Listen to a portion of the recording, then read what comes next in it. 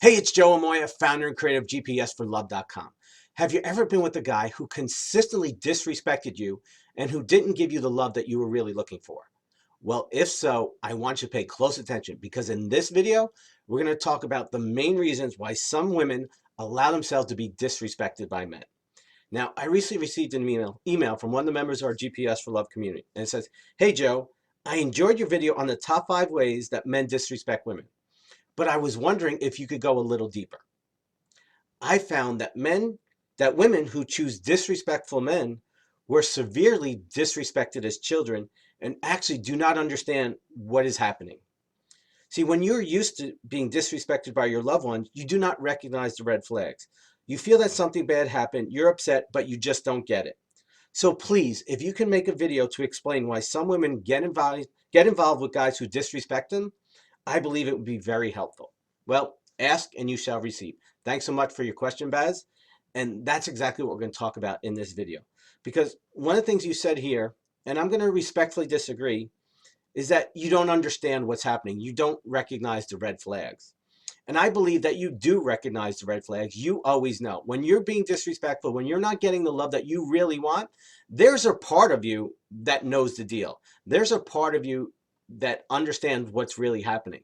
But there's also a part of you that doesn't want to recognize it, that doesn't want to see the truth. And that's what we're going to get into. So this is why I believe that you do know you're being disrespected. Because on some level, you're going to experience a negative emotion on a consistent basis. It's going to be what I call the warning signs, the major flags. Okay, and that's frustration, upset, sadness, anger, depression, and resentment. See, when you experience any one of those 6 negative emotions on a consistent basis, that means that there's a part of you that knows that you're not getting what you need from this man and this relationship. Now, look, as human beings, if you're in a relationship, you're going to have moments, little glimpses where you may feel that. Okay, because no human being is going to give us exactly what we want 100% of the time. That's unrealistic and unreasonable to expect that from your partner. But if you're consistently experiencing these 6 negative emotions, again, they're frustration, upset, sadness, anger, depression, and resentment. If you're experiencing any one or more of those on a regular basis, it's a telltale sign that there's a part of you that knows you're not getting what you need from this man in this relationship. And very often you're being disrespected. So you have to understand there is a part of you that understands. And on some level, you do know. But here's the other part. Again, as I said earlier, there's a part of you that doesn't know, or that doesn't want to know, that doesn't want to see the truth. That's the part of you that makes up all the reasons, that justifies, that rationalizes, that makes excuses, okay? Because you have to make those excuses, and this is why, okay? So now this is where we're going to go a little deeper.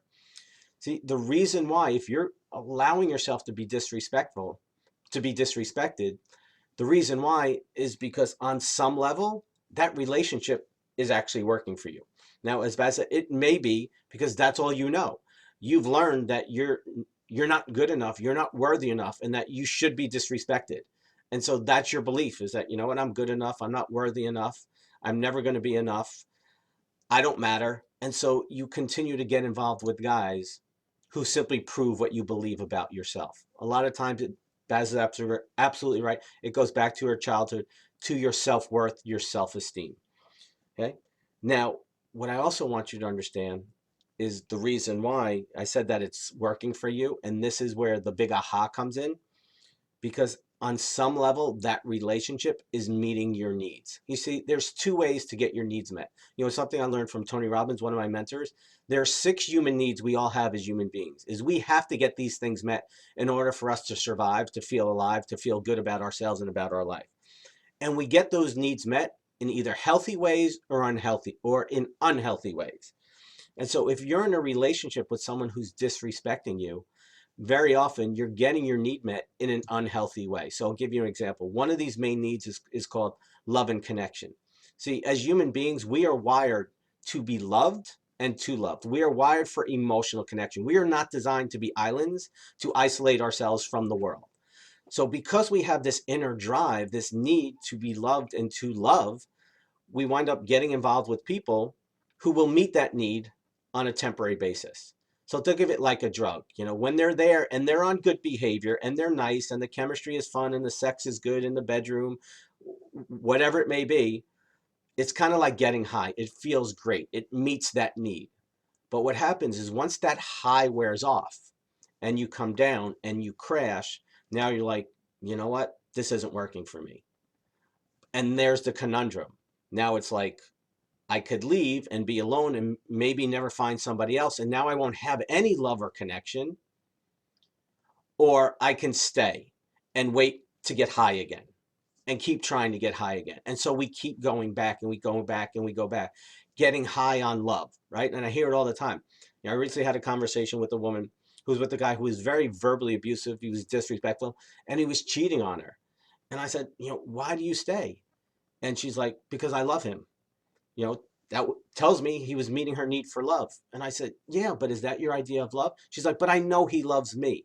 Like, that's the story she had to tell herself so she can stay and get a little bit love and connection instead of having this great experience of having love and connection in a fulfilling and a healthy way. See, when you get your needs met in an unhealthy way, it's only leads to temporary happiness. It's only for a short time. But when you get your need met for love and connection in a healthy way, it's fulfilling and it lasts for a long period of time. That's one of the telltale ways you know if you're with the right person.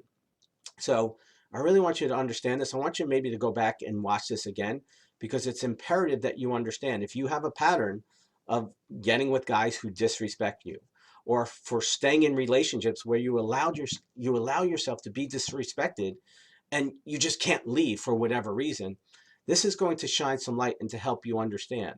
Now, if that's true for you, my recommendation is you find someone to help you to understand exactly why you're doing what you're doing and how to do it in a different way.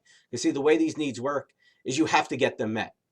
And if you're not getting them met in fulfilling ways and healthy ways, you're gonna get them met in unfulfilling and unhappy ways, okay, or unhealthy ways. So it's really important. You're gonna get them met one way or the other. You have to. We need these things. And so I want you to understand is that it just has to do with human behavior. There's nothing wrong with you, even if you come from an experience where you never were respected as a child. You were never loved unconditionally, like most of us weren't. Most of us never really truly received unconditional love and acceptance, which is all we really want as children.